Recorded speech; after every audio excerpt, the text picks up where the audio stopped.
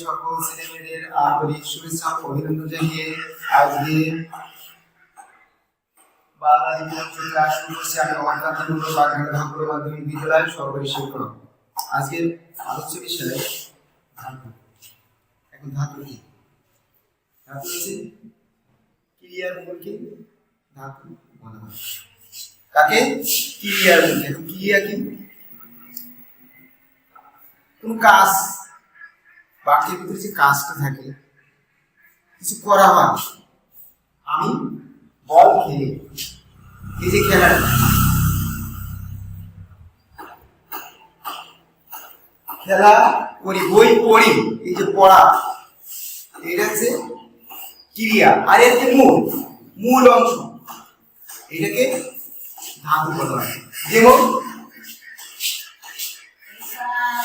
আমি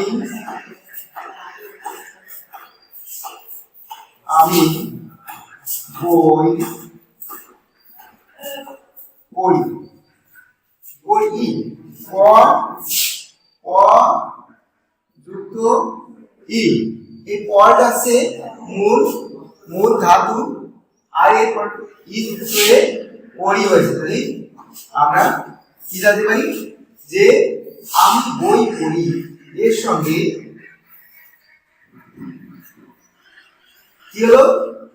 রস্যই যুক্ত হয়ে মূল ছিল কি? এই পড়া। এমন কি? তাহলে কি হলো? ধাতু মূল, ক্রিয়ার মূল। পড়াটা ছিল ক্রিয়ার মূল, হচ্ছে পড় যুক্ত শব্দ, এর সঙ্গে ই যুক্ত হয়ে ধাতু বোঝা গেল। ক্রিয়ার মূলকে ধাতু বলা হয়। ক্রিয়ার মূলকে ধাতু বলা হয়। ধাতুর প্রকার কে? ধাতু কত প্রকার? ধাতু হচ্ছে ধাতুর প্রকার। ধাতু কত প্রকার? প্রধানত আমাদের কাছে ধাতু তিন প্রকার হয়ে থাকে। কয় ভাগে? তিন ভাগে হয়ে থাকে, ভাগ করা হয়েছে। যেমন কি? এক হচ্ছে মৌলিক ধাতু, মৌলিক ধাতু, একটা হচ্ছে স্বাধীন ধাতু, একটা হচ্ছে যৌগিক ধাতু। তাহলে এখন এই মৌলিক ধাতু, মৌলিক যে শব্দ ভাঙলে ওই শব্দ ছাড়া অন্য কোনো শব্দ পাওয়া যায় না, সেটা হচ্ছে মৌলিক। মৌলিকটা কেমন হয়? মৌলিক কেমন হয়? মৌলিক ধাতু মৌলিকটা কেমন? মনে করো ক র, এই ক একটা মৌলিক ধাতু, এটা তো ভাঙা যায় না। ক আ, এই ক রা, যেমন আ প্রত্যয় যুক্ত আছে এর সঙ্গে, এই আ এর মূল ধাতু হচ্ছে, এই মূল ধাতু হচ্ছে ই ক, এটা হচ্ছে মৌলিক ধাতু। তাহলে আমরা মৌলিক ধাতুটা বুঝতে পারলাম তো? মৌলিক ধাতু কি? যে ধাতু ভাঙলে ওই ধাতু ছাড়া অন্য কিছু দেখা যায় না, পাওয়া যায় না, সেটা হচ্ছে মৌলিক ধাতু বলে। এখন মৌলিক ধাতুর আবার প্রকার ভেদ আছে। কি কি? মৌলিক ধাতুকে যদি ভাগ করা হয় সংস্কৃত মূল, খাঁটি বাংলা মূল ধাতু, আর বিদেশি ধাতু। কি কি বলা? মৌলিক ধাতুকে আমরা ভাগ করলে কি কি পাই? মৌলিক ধাতুকে আমরা ভাগ করলে কি পাই? সংস্কৃত মূল, খাঁটি বাংলা, আর বিদেশি। একই সংস্কৃত মূল কি? সংস্কৃত মূল কে? সংস্কৃত মূল হচ্ছে যে ধাতু সরাসরি তৎসম শব্দ থেকে আগত হয়ে বাংলায় প্রবেশ করেছে, তাকে সংস্কৃত মূল ধাতু বলা হয়। সংস্কৃত মূল ধাতু কেমন? কি বলতে পারি? সংস্কৃত মূল ধাতু, সংস্কৃত মূল ধাতুকে আমরা দেখতে পারি, একটা বলতে পারি যে সংস্কৃত, মনে করো সংস্কৃত ধাতু কি? ক, ধি, গম ধি, গছ। এই যে ধাতুগুলো যখন তৎসম শব্দ এসে বাংলায় নতুন শব্দ গঠন করবে, সেটা হচ্ছে সংস্কৃত মূল ধাতু ধাতু। এবং খাঁটি বাংলা মূল ধাতু, খাঁটি বাংলা মূল ধাতু। তার মানে কি, যে সংস্কৃত বা তৎসম ভাষাটার অন্য অপভ্রংশ অংশ এসে বাংলা ভাষায় গঠন করে নতুন শব্দ গঠন করে, নতুন শব্দ গঠন করে। তাহলে কি বলে, খাঁটি বাংলা ধাতু। এবং কি খাঁটি বাংলা ধাতুতে কি আসে, খাঁটি বাংলা ধাতু যেমন যে কা, আ, এগুলো কি এই জাতীয় যে ধাতুগুলো আসবে, পেরেছি? অপভ্রংশ, বাংলা ভাষায় অপভ্রংশ রয়েছে, ঠিক আছে?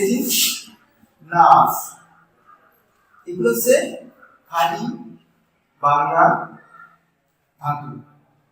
এই শব্দ দ্বারা যে দুটো শব্দ গঠন করবে সেগুলো কি হবে, সেগুলোকে বলা হবে খাঁটি বাংলা ধাতু। এখন বিদেশি, বিদেশি ধাতু কি, বিদেশি ধাতু।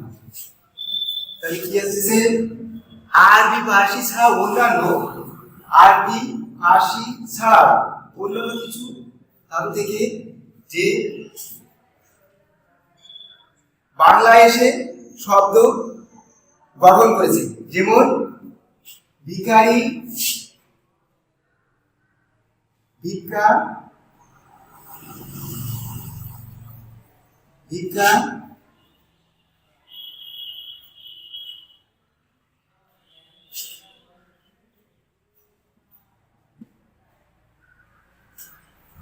ভিক্ষু, ভিক্ষা মানবে,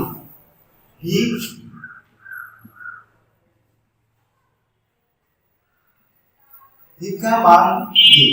এই যে গে, মা, এইটা কি বিদেশি, এর সঙ্গে এসেই বাংলা এসে নতুন শব্দ গঠন করেছে, তাই একে কি বলা হয়, বিদেশি শব্দ। ইংরেজি, টেবিল, এগুলো বাংলায় চলে আসছে, এসে শব্দ গঠন করছে, তাই এগুলোকে বিদেশি ধাতু দ্বারা গঠিত শব্দ বলে। এবার দেখবো আমরা সাধিত শব্দ। এখন সাধিত শব্দ কি, সাধিত সাধিত শব্দ কি, যে ধাতু না কোনো কোনো ধাতুর সঙ্গে কি হয়, আ প্রত্যয়, আ বা নাম ধাতুর সঙ্গে আ প্রত্যয় যোগে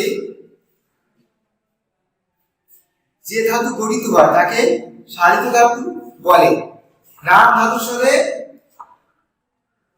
কি হবে, নাম ধাতুর সাথে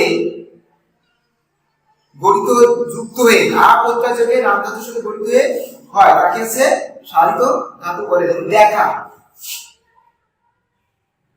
দেখা, দেখা, এই যে দেখা, এর সাথে আ প্রত্যয় যদি বলা হয়েছে নাম, তো নামের সাথে আ প্রত্যয় যোগে যে ধাতু গঠিত হয় তাকে সাধিত ধাতু বলে। সাধিত ধাতু বলে। সে ঘুমায়, সে ঘুমাছে, এই যে ঘুম এর সাথে আ সে, বলো না? এইবার আমরা দেখতে চাই যে সাধিত ধাতুর প্রকারভেদ। সাধিত ধাতু হচ্ছে তিন ভাগে বিভক্ত। কি? প্রয়োজনীয় ধাতু, নাম ধাতু, কর্মবাচ্য ধাতু। নাম ধাতু, নাম ধাতু কি? এই যে বললাম নাম ধাতু, নাম ধাতু হচ্ছে সে, ভূ, মা, সে। সে ঘুমাচ্ছে, যে ঘুম, আ ঘুমাচ্ছে, এটা হচ্ছে নাম ধাতু।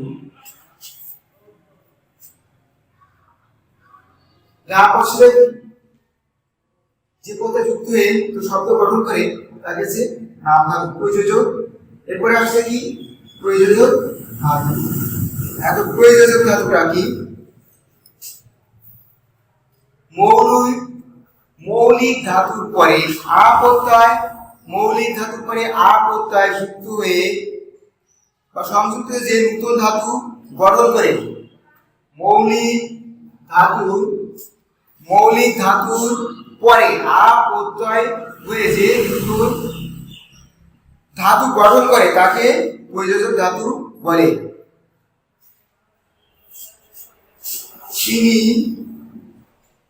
তিনি ছেলেকে পড়াচ্ছেন, তিনি ছেলেকে পড়াচ্ছেন। ঠিক আছে? তাহলে কি হচ্ছে? তিনি ছেলেকে পড়াচ্ছেন, এটা হচ্ছে প্রয়োজক ধাতু। তারটা কি? যে প যুক্ত আ, তিনি ছেলেকে পড়াচ্ছেন, এই যে আ প্রত্যয় যোগে গঠিত হয়েছে, এটাকে বলা হয় প্রয়োজক ধাতু। কি বলা হয়? প্রয়োজক ধাতু।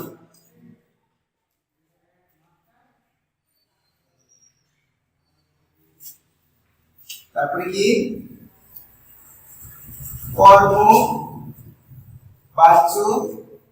ধাতু। কর্মবাচ্য ধাতু। কর্মবাচ্য ধাতুটা কি? মৌলিক ধাতুর সঙ্গে আ প্রত্যয় যুক্ত হয়ে কর্মবাচ্য ধাতু হয়। কি হয়? কর্মবাচ্য ধাতু হয়। যে মৌলিক ধাতুর সঙ্গে আ প্রত্যয় যুক্ত হয়ে কর্মবাচ্য ধাতু গঠন হয়। যেমন যা কিছু,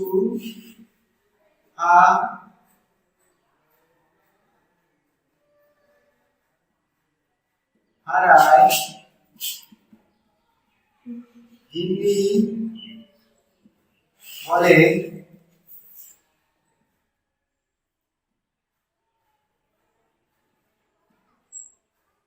কেষ্ট বেটা চোর।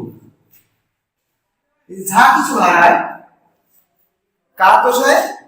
হারায়, এই যে রায়, তাই না? যা কিছু হারায় গিন্নি বলে কেষ্ট বেটা চোর। এই যে হারানোটা, এই যে হারায়, এখানে কর্ম কাজ করছে, কর্মবাচ্যে, এটাকে বলা হয় যে কর্মবাচ্য ধাতু। এরপর আসছে যৌগিক।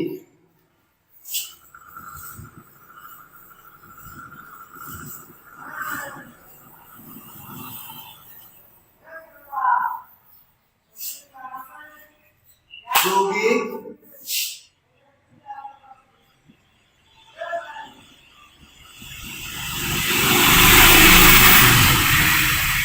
যৌগিক ধাতু।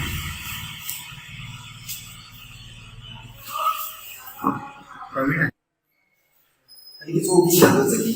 বিশেষ এবং বা ধনাত্মক অব্যয়ের সঙ্গে কর, লেখ, পান, খা, ছান ইত্যাদি মৌলিক ধাতু যুক্ত হয়ে ইত্যাদি মৌলিক ধাতু যুক্ত হয়ে যে নতুন ধাতু গঠন করে তাকে কি যৌগিক ধাতু বলে। তাহলে কি বুঝতে পারি যে বিশেষণ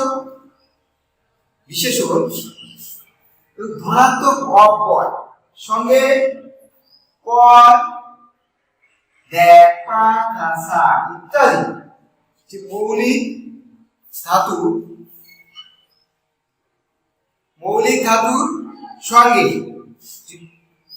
সংযুক্ত হয়ে নতুন ধাতু গঠন করে তাকে যৌগিক ধাতু বলে। যেমন দেখো কি বলতে পারি যে যৌগিক লিখতে পারি কি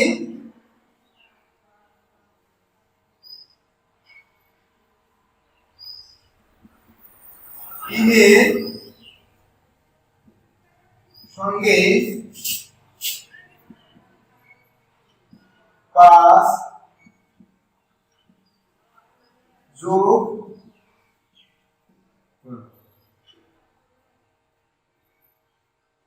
তিনের সাথে 5 যোগ করো, তিনের সাথে 5 এই যোগ বিশেষ যোগ আছে বিশেষ, ঠিক আছে, পর ধাতু। তাহলে এটা কি হলো যোগ পর এই গেছে কি লিখলো সংযোগ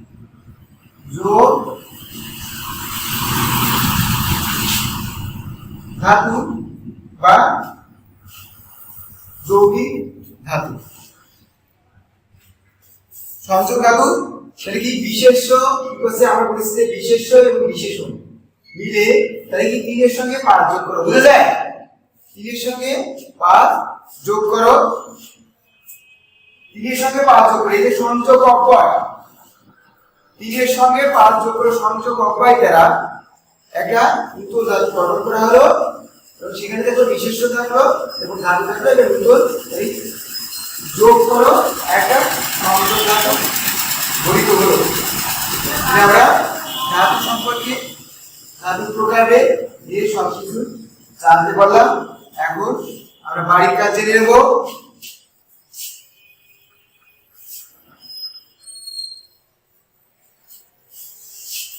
দেখো বাড়ির কাজ,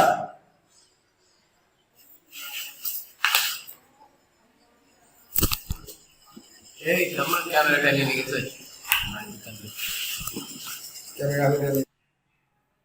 বাড়ির কাজ কি যে ধাতু প্রকারগুলো ধাতু প্রকার ভেদগুলোর সংজ্ঞা লিখতে হবে। কি প্রত্যেক প্রকার ধাতুর 10টি করে উদাহরণ লিখে রাখতে হবে। আজকের মতো এখানে আমি অনলাইন ক্লাস সমাপ্তি করছি। সবাইকে আন্তরিক শুভেচ্ছা ও অভিনন্দন।